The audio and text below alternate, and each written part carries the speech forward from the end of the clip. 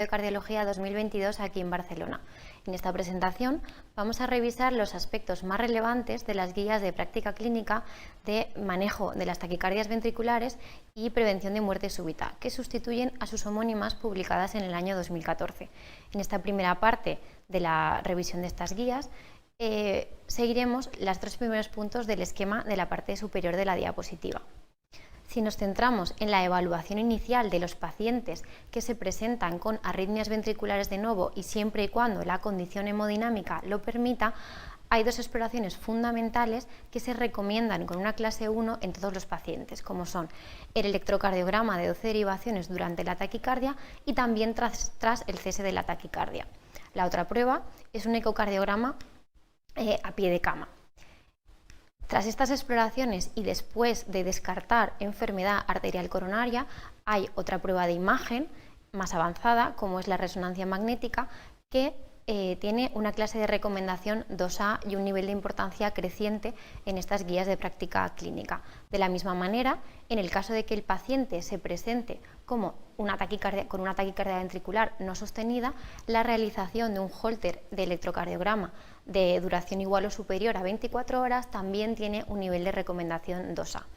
La realización de otro tipo de exploraciones, como por ejemplo mapeos electroanatómicos de ventrículo derecho o ventrículo izquierdo, e incluso la realización de biopsias dirigidas por estos mapeos, se pueden considerar con un nivel de recomendación 2B y pueden ser importantes en el diagnóstico de condiciones como la miocardiopatía arritmogénica o las cardiopatías inflamatorias, como por ejemplo la sarcoidosis.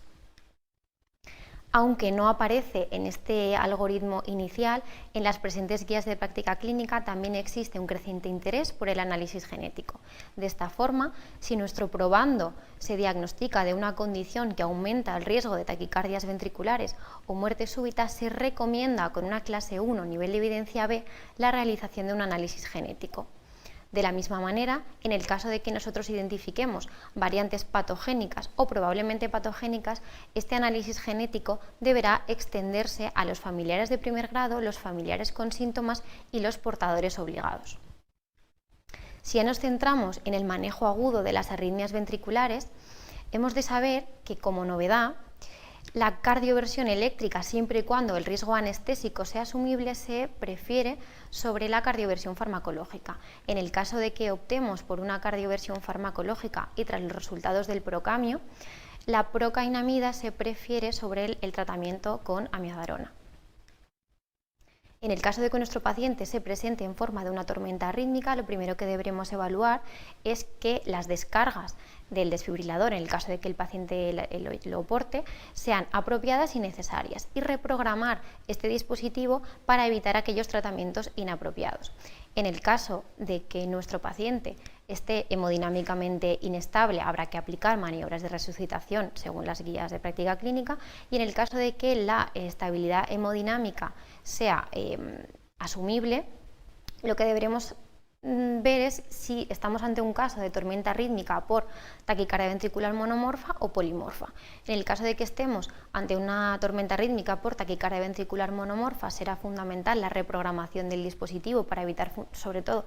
choques que, aunque sean apropiados, pueden ser deleterios, progresar en el bloqueo del sistema nervioso autónomo simpático del paciente mediante sedación o betabloqueantes, con o sin asociación a amidabrona, todo ello con una clase de recomendación 1, y en el caso de que el paciente se presente como una tormenta arrítmica o como una taquicardia ventricular incesante, la ablación con catéter tiene una clase de recomendación 1. Si es necesario, con una clase de recomendación 2A, procederemos a una sedación profunda e intubación o incluso al soporte circulatorio mecánico con una clase de recomendación 2B. En el caso de que nuestro paciente se presente en forma de taquicardia ventricular polimorfa, será fundamental el descartar isquemia en curso con realización de una coronariografía urgente. También se recomienda con una clase de recomendación 1 la realización de una analítica para descartar alteraciones hidroelectrolíticas y condiciones potencialmente tratables. El resto de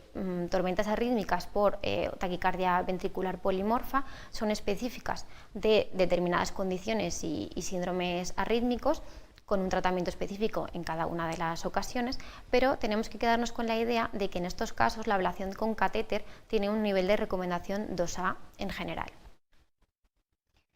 Si nosotros nos centramos ahora en la evaluación de supervivientes de una parada cardíaca, lo primero que deberemos hacer es un electrocardiograma de 12 derivaciones. Si en este electrocardiograma de 12 derivaciones el paciente tiene un ascenso del ST o, aunque no lo tenga, está eléctricamente inestable, será el momento de realizar una coronariografía urgente. Para el resto de paradas cardíacas, la coronariografía se puede retrasar, se debe retrasar en realidad. Una vez hayamos hecho el electrocardiograma, no deberemos perder de vista la realización de una historia clínica completa, el conocer las circunstancias en las que se ha producido la parada y la realización de un ecocardiograma a pie de cama. En el caso de que ello no nos lleve a la causa de la parada y sobre todo si sospechamos que pueda tratarse de una causa extracardíaca, se debe considerar con un nivel de recomendación 2A la realización de un TAC cerebral y de un TAC torácico. Es fundamental, y también tiene una clase de recomendación 1, la realización de un análisis toxicológico, y no deberemos perder de vista la reevaluación sistemática del electrocardiograma de 12 derivaciones para descartar patrones que puedan corresponder a síndromes arrítmicos primarios o estigmas de vía accesoria, etc. Si todo ello no nos ha llevado a la causa de la parada, viene el momento de realizar el PAC de imagen. La realización, si en el caso de que no lo hayamos hecho previamente, de una prueba de imagen coronaria, como puede ser el TAC cardíaco o una angiografía coronaria invasiva, que puede apoyarse de técnicas de diagnóstico intracoronario. Una vez más, aparece aquí con una clase de recomendación 1 la resonancia magnética cardíaca con realce tardío de gadolinio. Si ello tampoco nos ha llevado a conocer la causa de la parada cardíaca, viene el momento de realizar el PAC eléctrico, el reevaluar el electrocardiograma de 12 derivaciones, incluso hacer pequeñas modificaciones en su adquisición, como la colocación más superior de las derivaciones precordiales derechas, la realización de un Holter de electrocardiograma igual o superior a 24 horas y la realización de test de provocación, como puede ser la prueba de esfuerzo y el test de flecainida. Si nada de ello nos ha llevado al diagnóstico, se puede considerar en determinadas condiciones y siempre con una sospecha clínica la realización de una coronariografía con test de acetilcolina o ergonovina para descartar el vasoespasmo como causa de la parada cardíaca. En el caso de que nuestro paciente no haya sobrevivido a la parada cardíaca, hay una recomendación fuerte para la realización de una autopsia, sobre todo en los casos de los pacientes menores de 50 años que no tienen historia cardiológica conocida. Esta autopsia debe ser completa, debe incluir análisis toxicológico y debe incluir también el muestreo para posterior realización de análisis moleculares. En el caso de que ni la evaluación macroscópica ni microscópica ni los tóxicos y el análisis genético no nos lleven a una causa de la parada, estaremos ante un síndrome de muerte súbita arrítmica. Deberemos evaluar con cautela a la familia para descartar potenciales causas hereditarias que puedan implicar riesgo arrítmico en la familia y los deberemos referir a una consulta específica de cardiología para evaluación detallada y seguimiento. Esto enlaza con este último punto. Y en primer lugar debemos saber a qué familiares se debe hacer este estudio. Pues bien, se debe hacer a los familiares de primer grado, a los familiares con síntomas o a los familiares que por el patrón de herencia que se sospecha o se considere sean portadores obligatorios. ¿Y en qué consiste esta primera evaluación? Pues en una anamnesis detallada, una historia clínica, un electrocardiograma de 12 derivaciones, la realización de un electrocardiograma con derivaciones derechas altas, un ecocardiograma transtorácico reglado y un test de esfuerzo. Esta sería la evaluación inicial. La realización de una resonancia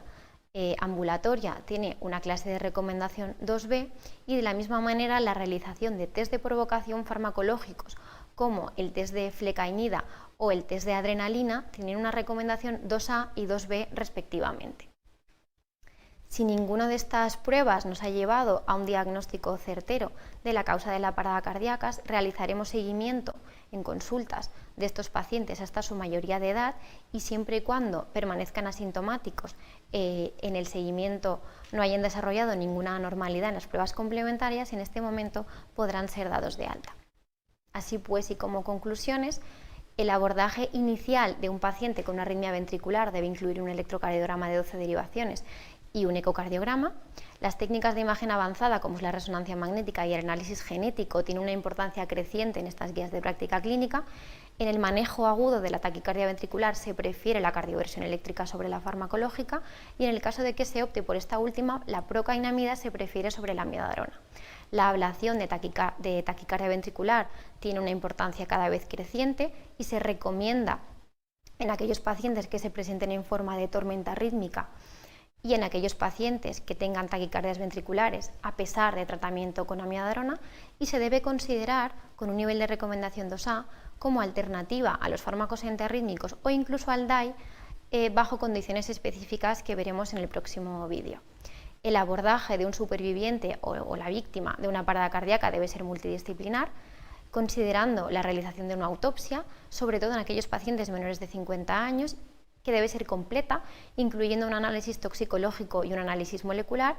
y la evaluación de los supervivientes y de los familiares de los mismos debe ser sistemática, partiendo de exploraciones no invasivas con alto nivel de evidencia y dejando las exploraciones invasivas